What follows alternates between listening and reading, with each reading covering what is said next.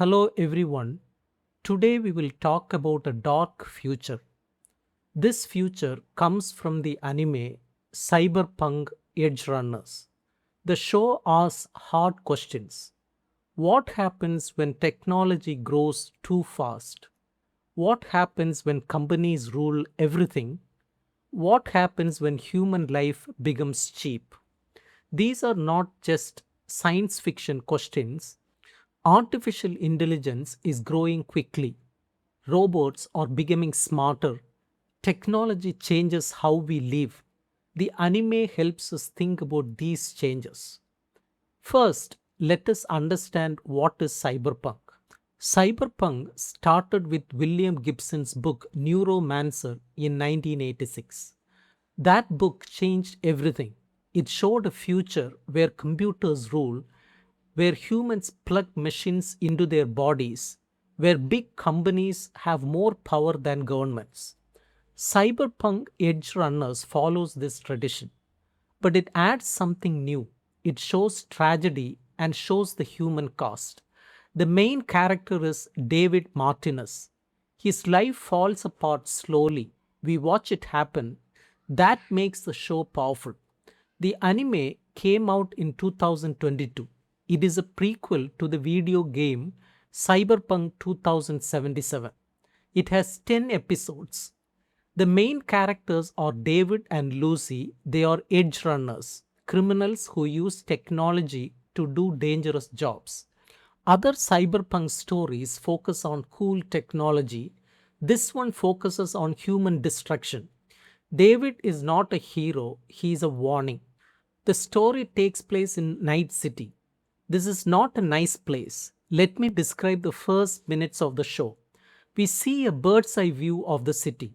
Then we meet Cyber Psycho. A cyber psycho is someone who put too much technology in their body. Their nervous system breaks, their identity shatters, they become violent monsters. In the first scene, a cyber psycho named Lieutenant Colonel James Norris loses control. Police cannot stop him. Special units finally kill him. They shoot his head off. Then we see David walking to school.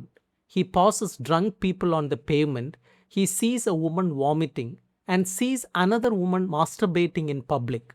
Buildings are burning. All this happens while an upbeat song plays. Who is ready for tomorrow? This is ironic. Nobody is ready. The future is horrible. But here is the strange part. David is used to this. He does not react. That is how broken the world has become. The show criticizes three main institutions. Every healthy society needs this. But in Night City, they are broken. Let me explain each one. First, law enforcement. Regular police cannot stop cyber psychos. Only Max Tac units can. But Max Tac is not really public service, it is a product. You pay, you get protection. You do not pay, you die. This shows how hyper-consumerism destroys public safety. Second, education. David goes to Arasaka Academy. Arasaka is a giant corporation. The academy trains future workers for the company. Education is not about learning, it is about becoming a useful tool for business. Knowledge becomes a commodity, you buy it like bread. Third is healthcare. That is the most powerful scene. After a car accident, David and his mother need help. Trauma team arrives, that is the emergency medical service. They scan David and his mother. Then they say something cold. He is not a client, neither is she. They leave. David's mother dies because they could not pay. The show calls the wagons that collect dead bodies meat wagons. Human bodies are just meat, disposable meat. This is what Jamie Del Wall calls trash human enhancement. Jamie Delval is a critic of hyper-consumerism and hyperhumanism. He wrote an article in 2022, the same year the anime came out. Delval argues that humanity is destroying the planet. We take resources without thinking. We abuse animals and we pollute everything. He writes about 100 billion animals suffering on farms. He calls this a cosmic crime against evolution. But the problem goes deeper. Delval says We have no wrong view of the world. We think the world is here for us. We think everything is measurable, controllable, and ownable. This is hyperhumanism. It is the belief that humans are the center of everything, that nature exists only for our benefit. This causes huge damage. Climate change, pandemics, species dying off, ecosystem collapse. Delwall says we are in a cycle of extinction and we are the cause. Now let us see this theory in the anime. Delwall's hyper-consumerism appears everywhere in the Night City. Nothing is free, everything is a transaction. David's mother dies because she cannot pay. Later, David joins a gang because he has no other way to survive. The corporations extract value from everything. Human bodies become chrome platforms. Human minds become data. Human lives become disposable. When David gets his hand Devistan, he is not escaping this system. He is entering a worse part of it. He becomes a product too. His body is now a weapon. His skills belong to his fixer Faraday. He is still trash, just more expensive trash. The show applies Delwall's idea of planetary health, but in a negative way. Night City has no planetary health, it is a dead zone. No nature, no clean air, no connection to the earth. The characters never see trees, they never feel soil. They live in concrete and chrome. This is why they break so easily. Let me explain hyperconsumerism.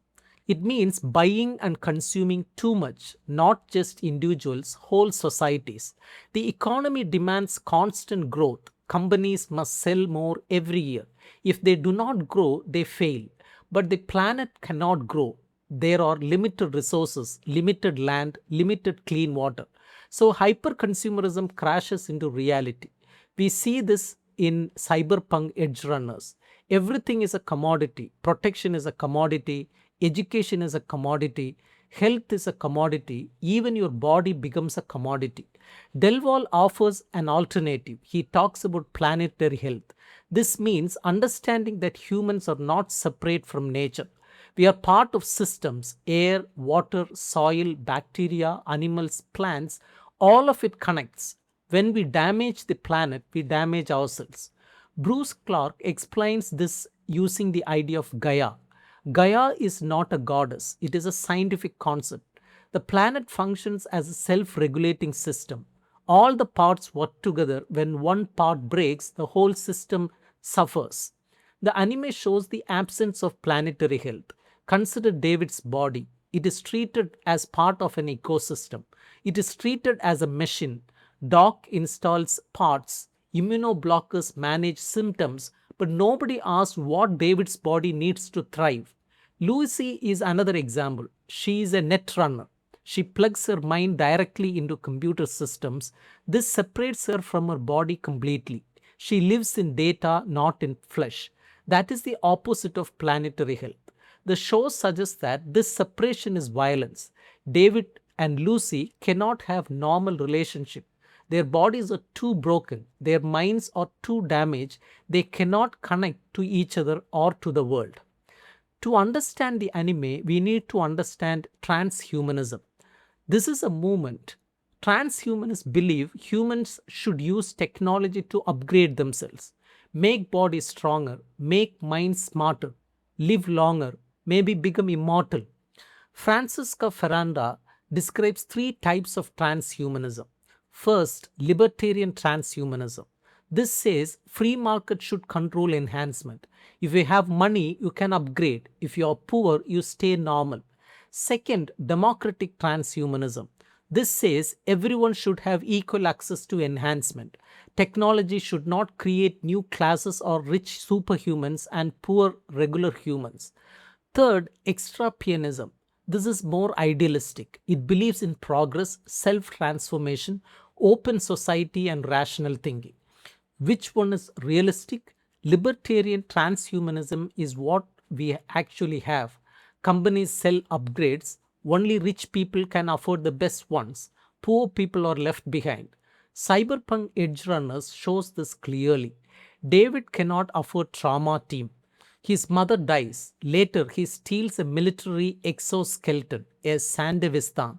because he cannot buy one legally. The series is a direct critique of libertarian transhumanism. Look at who gets enhanced. Rich people like the Araska family have the best technology. They are almost immortal. They can transfer their minds to new bodies. Poor people like David get dangerous, stolen, or broken technology. The Sandevistan is military upgrade. That means it was designed for soldiers, not for teenagers. It destroys David slowly. The show asks, is this freedom? Is this progress? David can stop time. He can defeat anyone in a fight, but he is still a slave.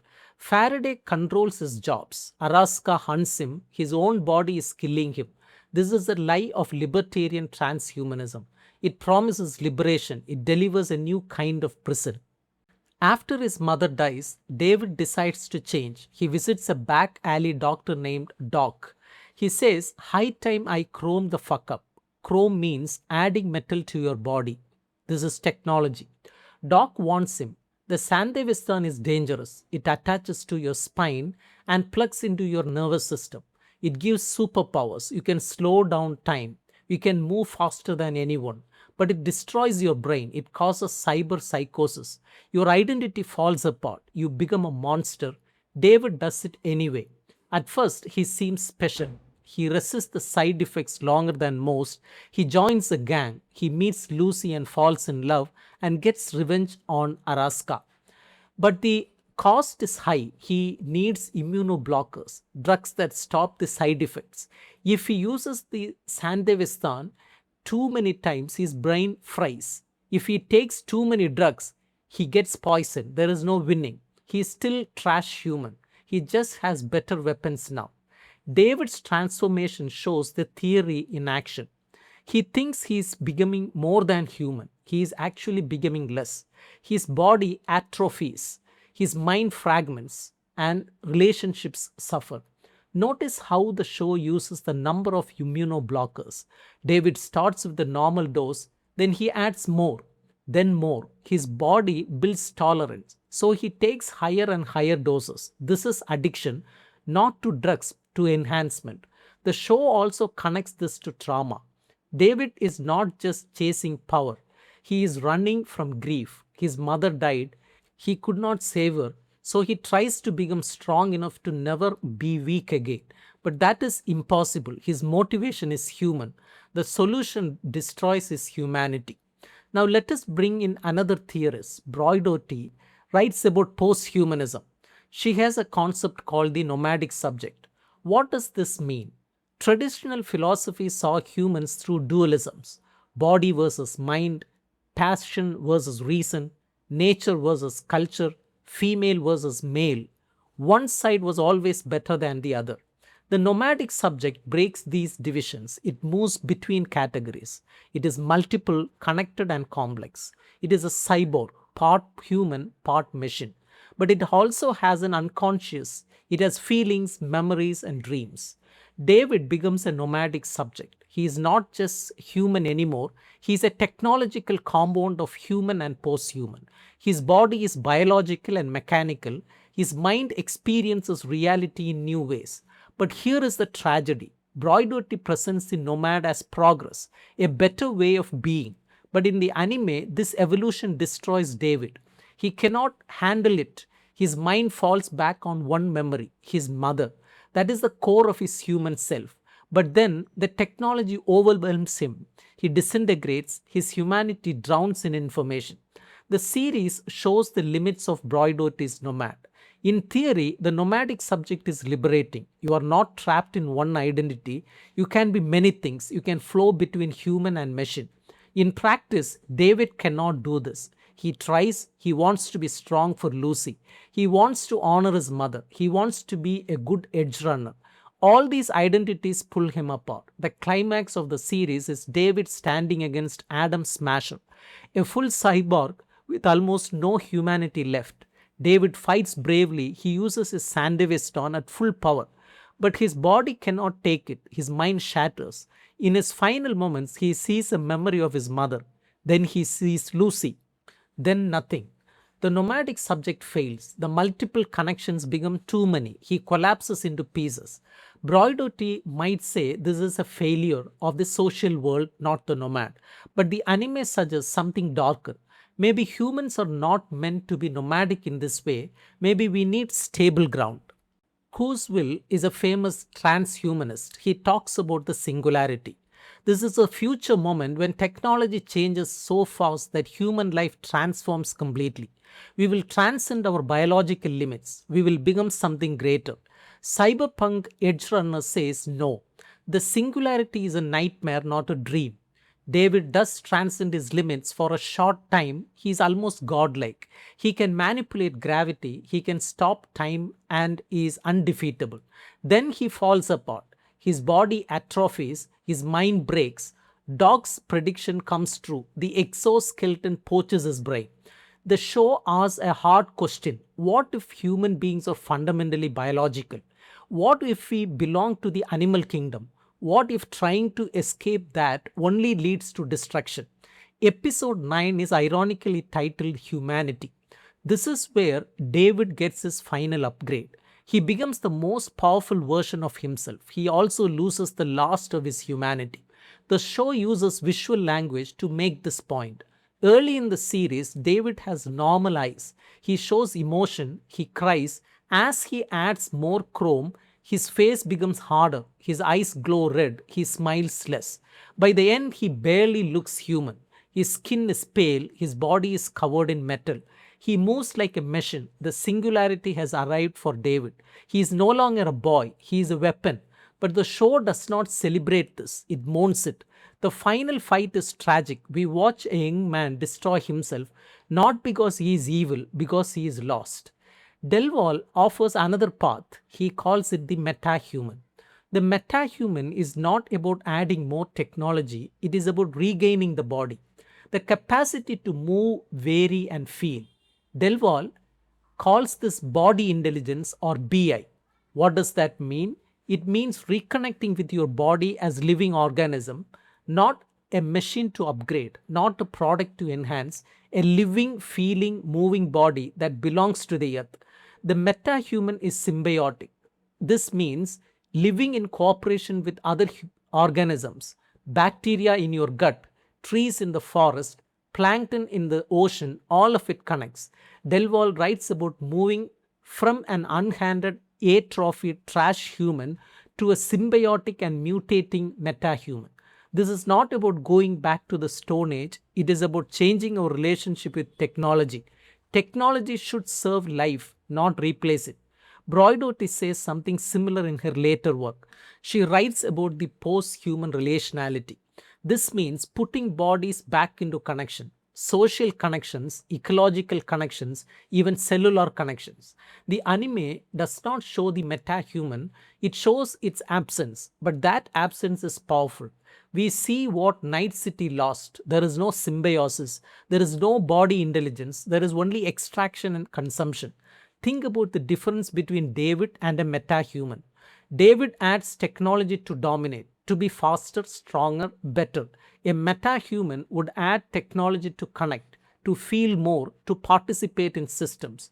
The show implies that David's world cannot produce metahumans. The corporations do not want symbiotic beings. They want weapons, they want workers, they want consumers. So David becomes what the system wants, a trash human, powerful, broken, and disposable. Let me summarize the main lessons from Cyberpunk Edgerunners. First, technology is not neutral. It can liberate or enslave. Second, free market does not solve everything. Some things should not be commodities. Healthcare, education, and safety. When these become products, poor people die. David's mother dies because she is not a client. Third, transhumanism has a dark side. Upgrading humans sounds exciting, but who controls the upgrades? Who can afford them? What gets lost along the way? Fourth, we need planetary thinking. Humans are not separate from nature.